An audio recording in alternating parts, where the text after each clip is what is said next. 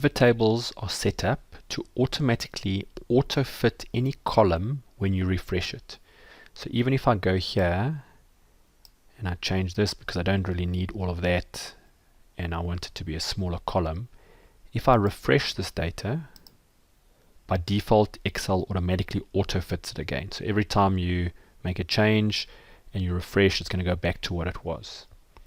You can change that, so you can go to your pivot table or right click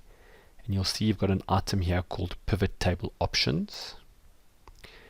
and you'll see there's a whole bunch of tabs which you allow you to control the pivot table, but the one we want here is we've got it ticked as auto fit column widths on update. So if I switch that off,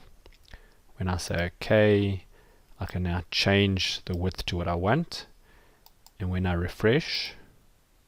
you'll see it doesn't auto fit it, so it'll now stay the width you want it.